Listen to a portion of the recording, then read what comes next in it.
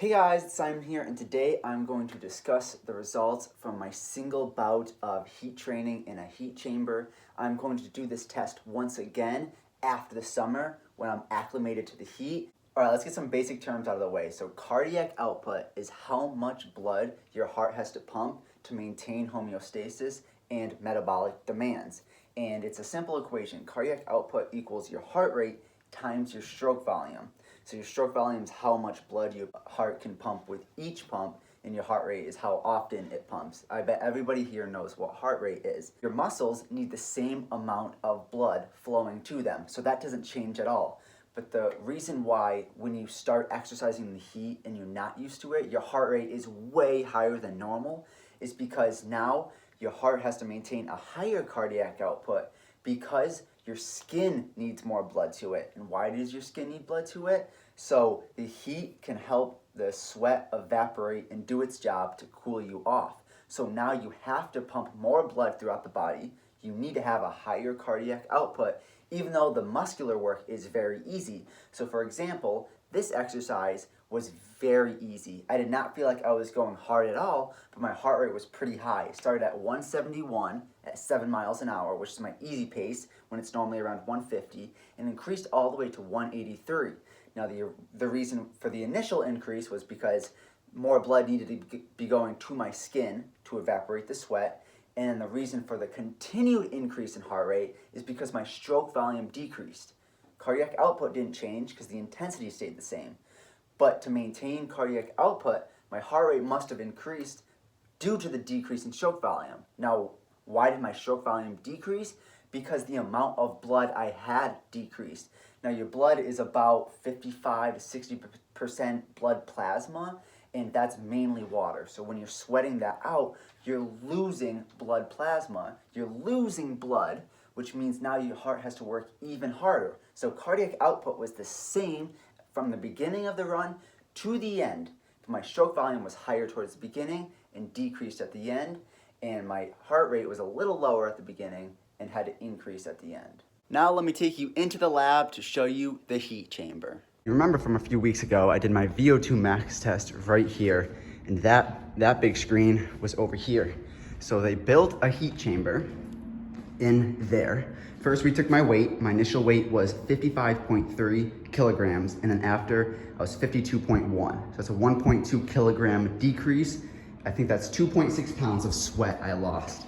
So this is what they were looking at. They were looking at all this data and recording hand data while I was in here running on this treadmill. I ran for 62 minutes. The humidifier was set at 40% humidity, so it was really dry. And the temperature is 86 degrees Fahrenheit. So initially it was gonna be 95, but 86 wasn't bad at all. As you can see, my core temperature increased by 2.8 degrees throughout the test, and my heart rate kept climbing. Initially, my heart rate was pretty high, and it's not that high during easy runs because you need more blood flow to your skin because your skin needs to evaporate your sweat. And then it continues to increase because your plasma volume, which is in your blood, decreases. So to maintain cardiac output, you have to increase your heart rate. Now that you have seen the results, I'm going to read a lot of the information that I wrote down on this paper regarding that acute heat training, and then I will also be talking about being acclimatized to heat training. Firstly, my professor told me that I'm a fairly heavy sweater because it really wasn't that hot, 86 degrees Fahrenheit. It was supposed to be 95, but he decided to tone it down. I had no control over that, and honestly, it wasn't even that hot, to be honest. But I was sweating a lot. I lost 2.6 pounds of sweat, which is a lot. And if you do the math, that is 2.2% of my body mass. And that's only in 1 hour. So imagine if you're doing a 2-hour effort. Even that's easy in 86 degree heat, you're gonna lose a lot of sweat.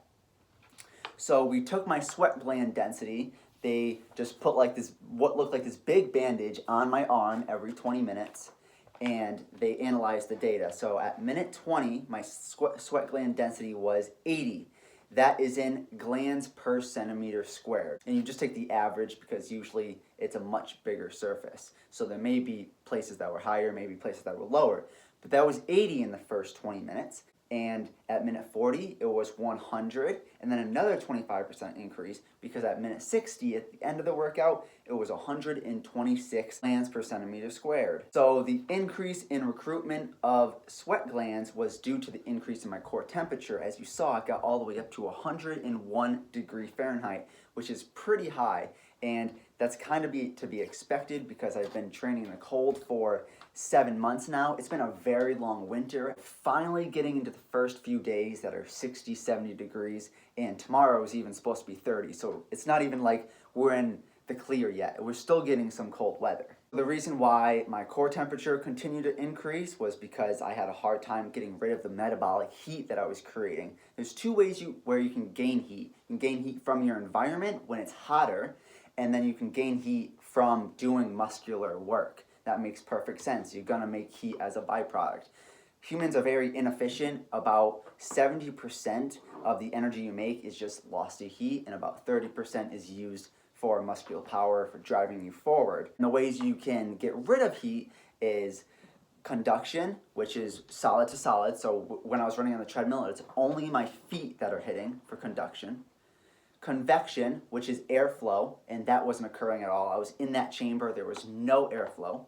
Radiation, which is just heat radiating it off in electromagnetic waves. And the most efficient is evaporation, and that's the job of sweat, is water appears on your skin from coming through a sweat gland, and then it evaporates, cooling you off. That is the most efficient. That's the only one that works when the environment is above your core temperature. So we're at about 98 degrees, 99 degrees Fahrenheit. So if you're running in really hot temperature, 100 degrees and above, the other three that I previously mentioned will not work because just like concentration gradients, things are gonna flow from high heat to low heat. So if you're hotter, it's gonna flow away. But if the environment's hotter, you're actually gonna be gaining heat from that. So evaporation is the only one that can occur in that scenario. But evaporation doesn't occur that well when it's very humid. And where I live, it's usually humid. Some days we even get 100% humidity, especially in the summer.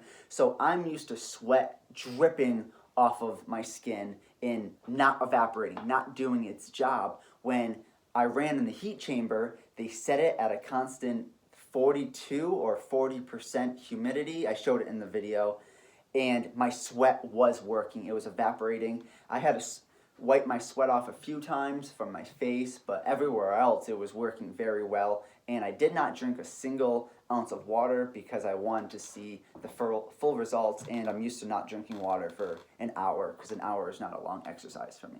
All right, now for what my predictions are for when I'm heat acclimated after a summer of heat training.